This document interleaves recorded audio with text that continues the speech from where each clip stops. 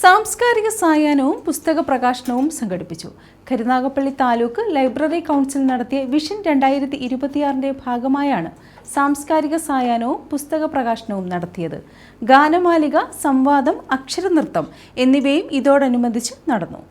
Karunagappally taluk library council vision 2026 ഭാഗമായാണ് സാംസ്കാരിക സായാഹ്നവും പുസ്തക പ്രകാശനവും നടത്തിയത്. മധുസൂദനൻ നായരുടെ അഗസ്ത്യഹൃദയം എന്ന കവിതയിലെ വരിയാണത്. ആ വരി അങ്ങനെ ചൂസ് ചെയ്തത് എന്തുകൊണ്ടാണ് എന്ന് പലരും എന്നോട് ചോദിച്ചു. ഞാൻ പോയിടത്തെല്ലാം നീർക്കിളികൾ ഉണ്ടായിരുന്നോ എന്ന ചോദ്യവും ഉണ്ടായി.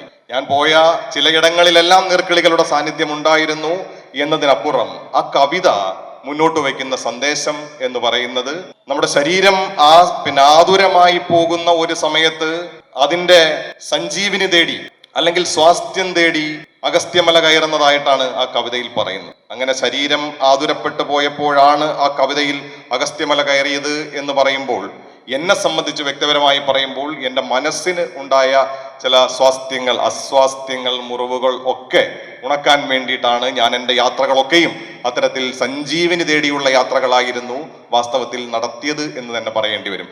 കരുനാഗപ്പള്ളി ബോയ്സ് ഹയർ സെക്കൻഡറി സ്കൂളിലെ ജീവതാളം വേദിയിൽ ഗാനമാലികയോടുകൂടിയാണ് പരിപാടികൾ ആരംഭിച്ചത്.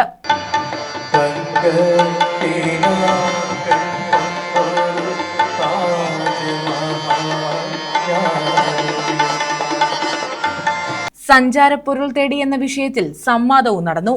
എഴുത്തുകാരായ GR ഇന്ദുഗോപൻ, ജിൻഷ ഗംഗ, അഭിമുഖങ്ങളിലൂടെ ശ്രദ്ധേയനായ VR രജനീഷ് എന്നിവർ പങ്കെടുത്തു. Taluk library council secretary V Vijayakumar സംവാദത്തിൽ മോഡറേറ്ററായി.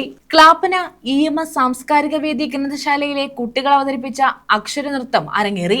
താലൂക്ക് ലൈബ്രറി കൗൺസിൽ അംഗം V വിമൽ റോയ് രചിച്ച യാത്രാവിവരണ പുസ്തകമായ നീർക്കിളികൾ പാടുമൊരു ദിക്കു കാണാം എന്ന പുസ്തകത്തിന്റെ പ്രകാശനവും നടന്നു. GR ഇന്ദുഗോപൻ പുസ്തക പ്രകാശനം നിർവഹിച്ചു. ജിൻഷ ഗംഗ പുസ്തകം ഏറ്റുവാങ്ങി. VR രജനീഷ് മുഖ്യാതിഥിയായി. KG അജിത് കുമാർ അധ്യക്ഷത വഹിച്ചു.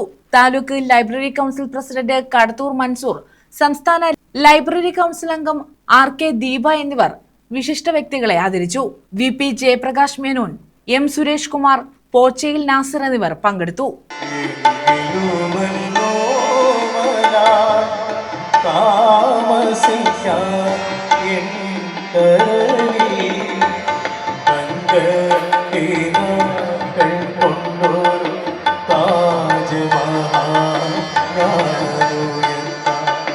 News bureau, Karunagappally.